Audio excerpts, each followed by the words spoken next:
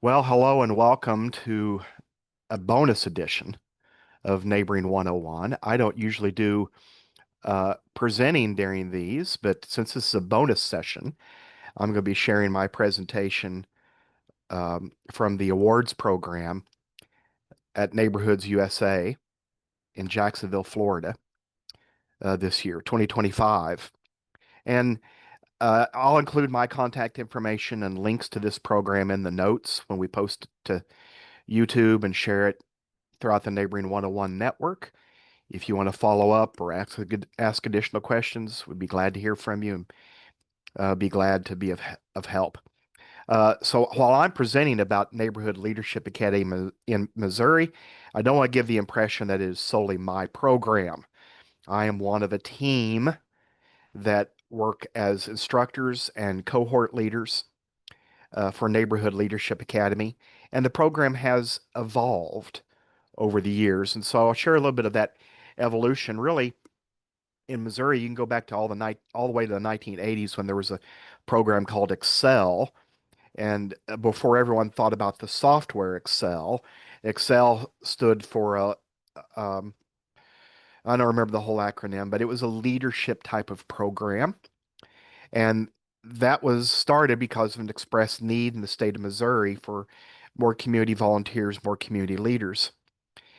And then the organization did a review in 2010 statewide, gathering feedback on what the needs were in the state, and a shortage of community leaders and volunteers was number two or number three on the statewide list of needs. And so that kind of breathed even new life into the Neighborhood Leadership Academy program and looking for ways to develop local leaders.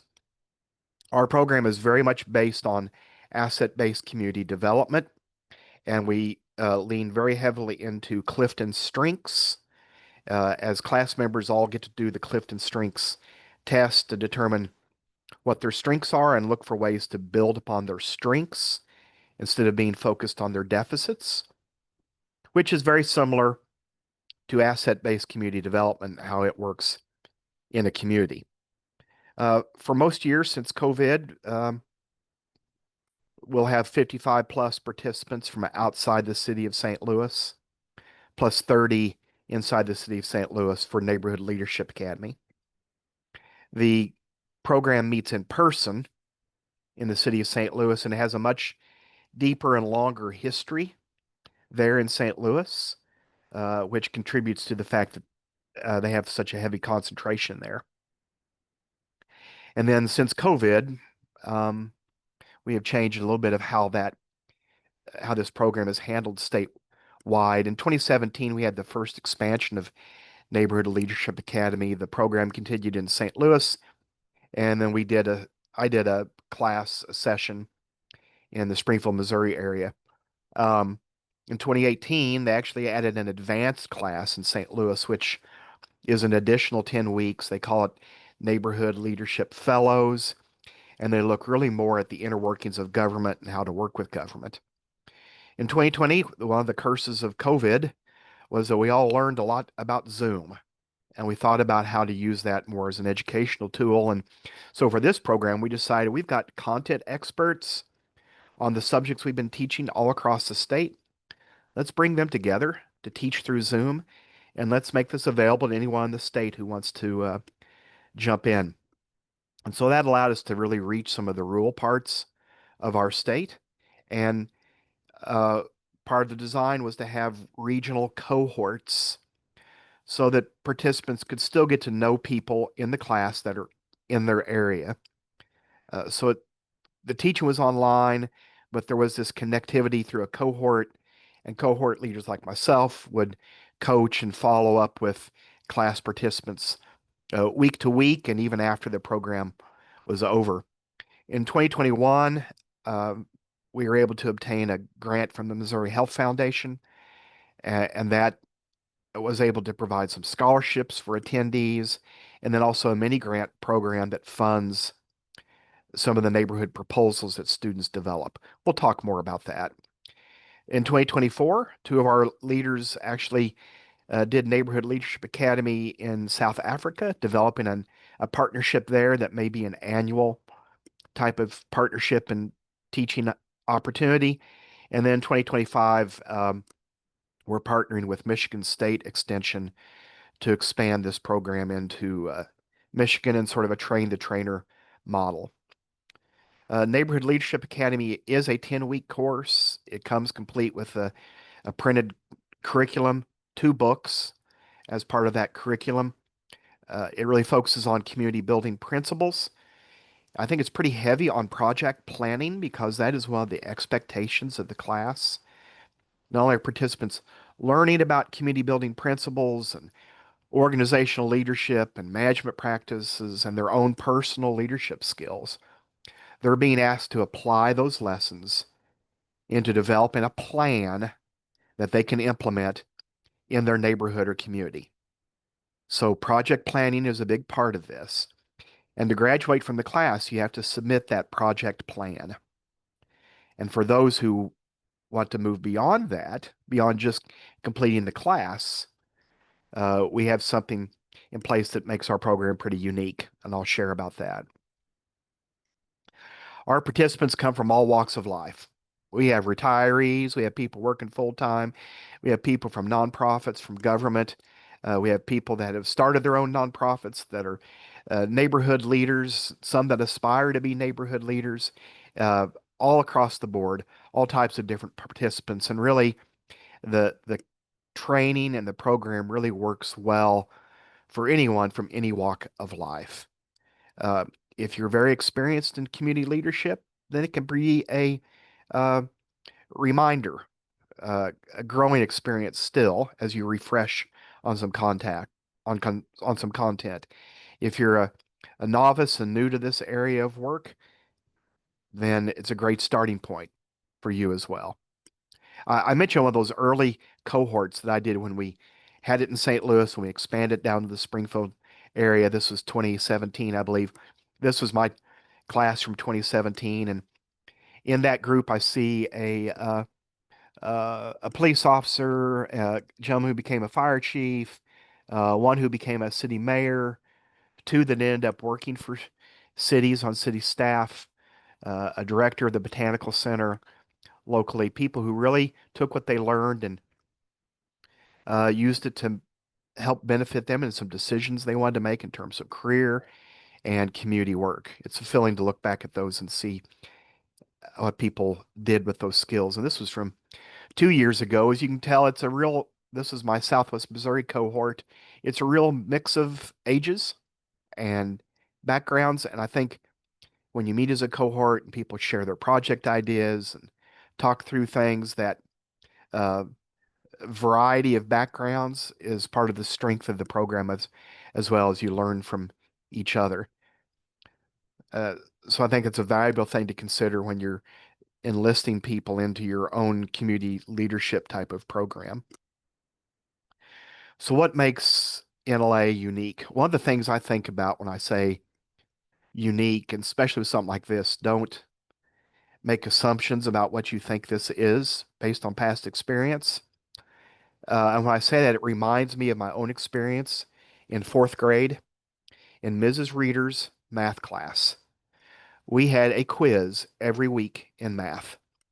The year had gone along real well. We were accustomed to those quizzes. And so when we came in on a Friday and she said, "Get a piece of paper for your math quiz," that didn't seem different. We knew what we'd been doing all along and what the rules were. She passed out the quiz. We all took the quiz and handed it in. And she quickly thumbed through the papers, which was different. And she said, "Well, everyone failed the math quiz." We were despondent over this. I know it wasn't something I was used to doing, hearing I'd failed. And the reason we had failed is because she had put instructions at the top of the page that said, "Circle question number 7, write a random number at the bottom of the page, and turn your paper in."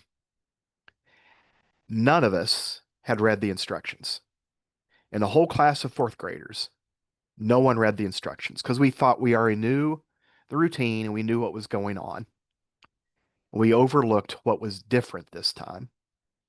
So when you hear Neighborhood Leadership Academy, a community leadership program, It's easy to think this is probably like all the other ones that are going on. Don't miss what makes ours different and unique in Missouri. One, I think this has the potential to be a nationwide model. As you see, Michigan State Extension joining with us. We have another city on the East Coast wanting to join with a cohort this year. I think that makes it pretty unique in that we're able to provide content experts who can do the instruction online through Zoom 1 night a week, and then you can have your local cohort uh, where you meet in person, where you work on projects together. How you develop that could be up to you. So I think that's a unique aspect of it. But in Missouri, what we have really seen um, get a lot of momentum was this grant that we were able to get from the Missouri Health Foundation, not only to provide scholarships, so we're able to get people in the program that might not normally have that opportunity, but we are also able to fund student projects. So when people put together their project plan as part of the class and they submit that at the end of the class, they can decide whether or not they want it to be considered for one of the mini grants. And these grants range in size from $250 to $2,500. There's probably been a few $3,000 grants. It's enough to complete a lot of these neighborhood projects. There's quite a bit of competition. Not everyone gets approved. But since 2020, we've been able to distribute over $100,000 in these mini grants. Last year, we were able to fund, I believe, 12 total programs with $21,000. And most of the time, these monies are enough to leverage another partner in order to get the project done, or maybe to complete the project fully. So a student is able to go from uh, starting a class, no idea, to a project plan, to a completed plan, thanks to this mini grant program. And then we also have alumni programs where we keep our alumni over the years engaged with Neighborhood Leadership Academy, um, sometimes as instructors or guests on the class, sometimes with alumni cohorts. I think that is also a unique aspect of what we do. Most of our students come through word of mouth and reference from past participants. And those local cohorts really do create connection. We hear from people time and time again that the networking they did in their cohort was the most valuable part, or a valuable part of the academy itself. And they stay in contact with each other. These connections have value. I think a few other things that make it unique because we had that printed and approved curriculum. We've been able to work with some other universities that offer college credit hours for students who pay the University of Missouri or use one of the scholarships that can get them through class. They complete the Neighborhood Leadership Academy. They're able to earn 6 hours of credit at Drury University for their nonprofit leadership program, or 3 hours of credit at University of Missouri St. Louis. We're working on some other collaboration opportunities, and all graduates earn a certificate, a chancellor's certificate from the University of Missouri St. Louis. Again, uh, those are some aspects that make this unique, more so than just maybe a general community program. We've had measurable impact, over 600 graduates since 2002 from the Neighborhood Leadership Academy. 70% of those graduates have completed their projects. We do track them, we do follow up on those. 68% of our graduates have taken on leadership roles in their neighborhood or community. And again, reflect back on that's the original reason we started the program, to meet that express need in the state of Missouri. 2023, we had 92 participants, 14 counties, 78 participants in 2024, 11 counties, 52 scholarships awarded, 72 communities overall impacted. So it's a wide reach now, far across the state of Missouri. So I'm going to showcase just a few success stories. I'll probably include in the notes of this uh, video links to some videos on some of these individuals where we've done success story videos if you'd like to learn more information.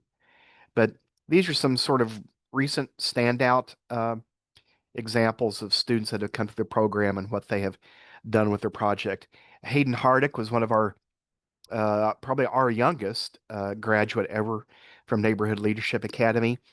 He knew from his own experience growing up with a single parent that when he was young, he had to pick which sport he was going to play because of the cost of equipment. He didn't want other students to have to make that decision, so he worked with the Parks Department to create a sports equipment library. He was able to get funding for a large cargo container, which was what Parks preferred for storage, um, bins, and then approached Amazon and was able to get $3,000 for as an initial gift from Amazon to stock with soccer, baseball, softball, basketball equipment and needs in this sports equipment library. Coaches of teams check the materials out and then check them back in at the end of the season. If they have players on their teams that are without or don't have a bat, don't have a glove, um, don't have a soccer ball to practice with, check them out from the library and then check them back in at the end of the season. I know that the program has been donated to by people in the community, and Amazon has since made an additional contribution to this sports equipment library. And the idea being we don't want a child to have to say no to a sports program because mom and dad are not able to help or afford equipment. And we don't want coaches to have to pay for that. Lisa Potts is in St. Louis, and when she noticed loud streets going up and down her street, she wondered what could be done to slow traffic and work with the city and a local arts program to paint calming sections at an intersection and down part of the street. The video is very colorful and shows this art project that was created, painted by students, and helps calm traffic down that street. Great project, Lisa Potts. Then the Republic Library, Tasha Shea and Trish Gann worked together on adventure backpacks. They both had they were polar opposites of each other on the Clifton strengths. They decided to partner together. One was new to the community, one had been here a while. So one had contacts, the other had the idea and how it could be implemented. And they came up with 15 backpacks. One was focused on bird watching and birding, and the other one is focused on plants and outdoor life. And they put 30 of these backpacks together. From the very beginning, they were incredibly popular at the library. Um, a waiting list. I just saw Tasha last week. This project is at least 3 years old, maybe four now. Uh, and I asked her its status, and she said it's been so popular they still regularly have a waiting list, that they have found funding and expanded the overall program to 60 backpacks with different themed areas, and there's almost always a waiting list. So a great program they were able to do for their community.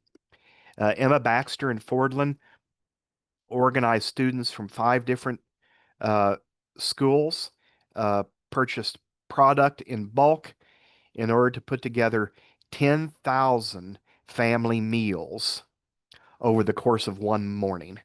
They were able to box them. They were able to send them to every food pantry in her county in Missouri. It's a rural county. And these are protein packs, pasta packs.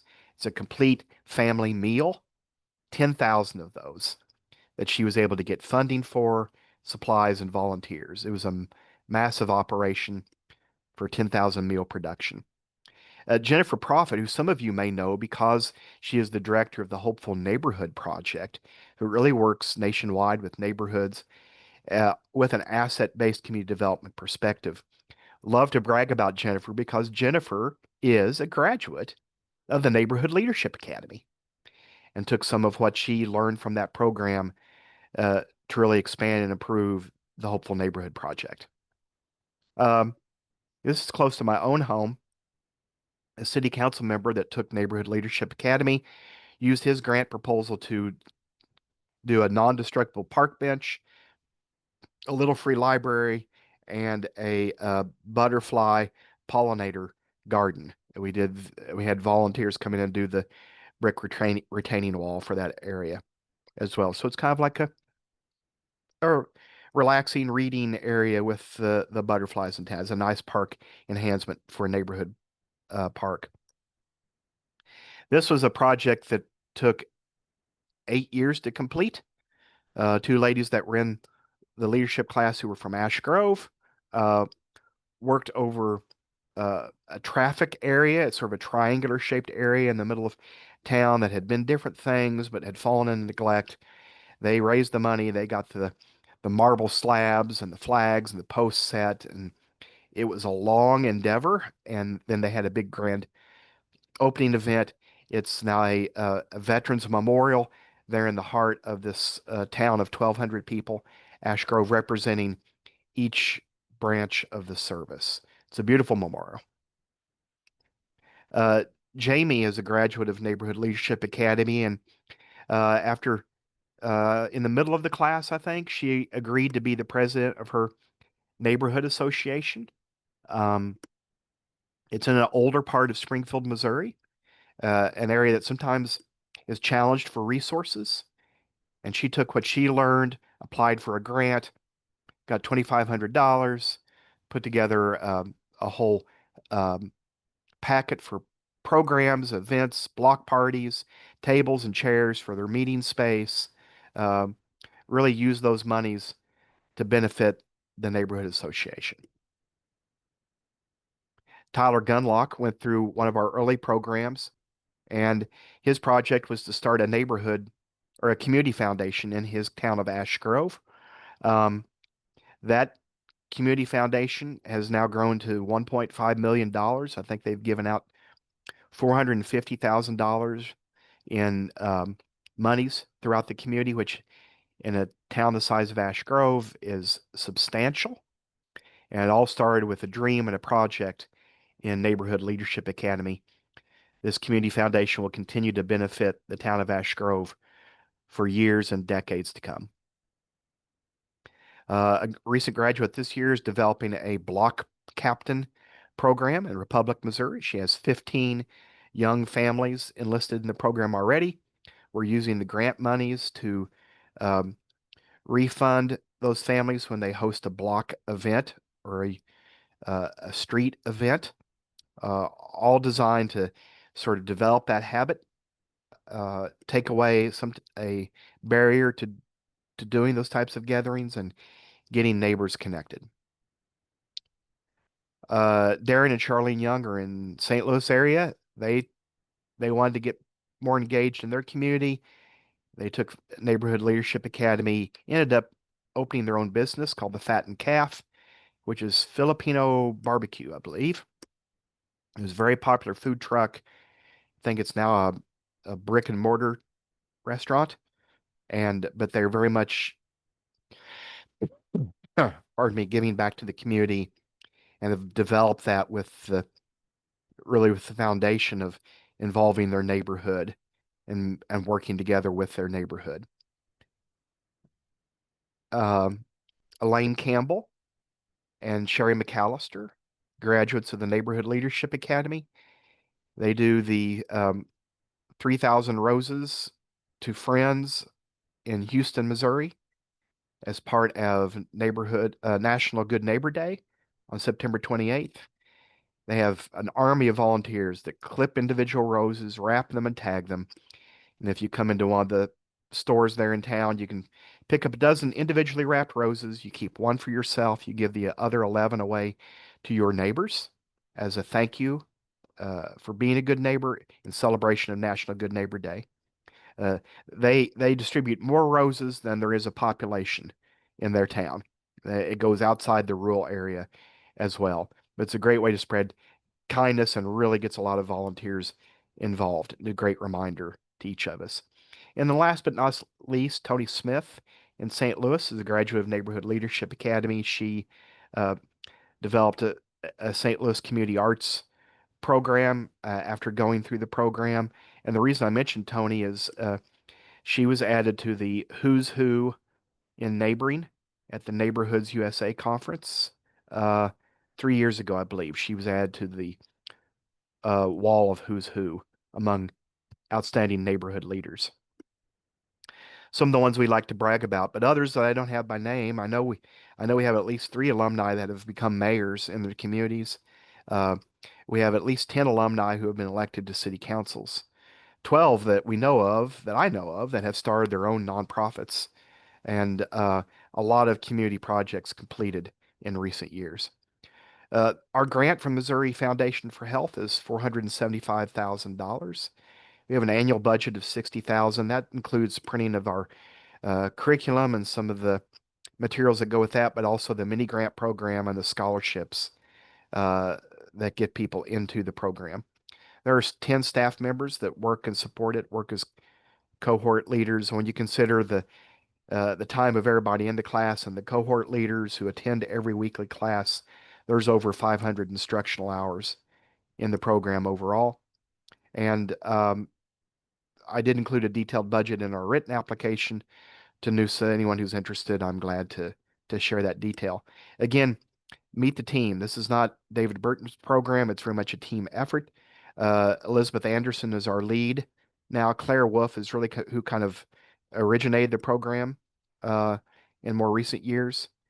We have some administrative support and a graduate student, and then you can see the names of those who work as cohort leaders around the state. Well, again, I'm happy to entertain questions, or I'll keep my information on this video um, a little bit more if you'd like to follow up and connect to get more information or to ask questions about the program. Heather, do you have any questions that you wanted to ask about our Neighborhood Leadership Academy? Yeah, I have a few Okay, jump in. since I'm here. Uh, Yeah, what are bonus. some of the most common leadership challenges you see in the neighborhoods when you're talking to these residents and like the people who go through your program? And based on the challenges they see, does your curriculum kind of change from year to year? There can be side conversations at that cohort level.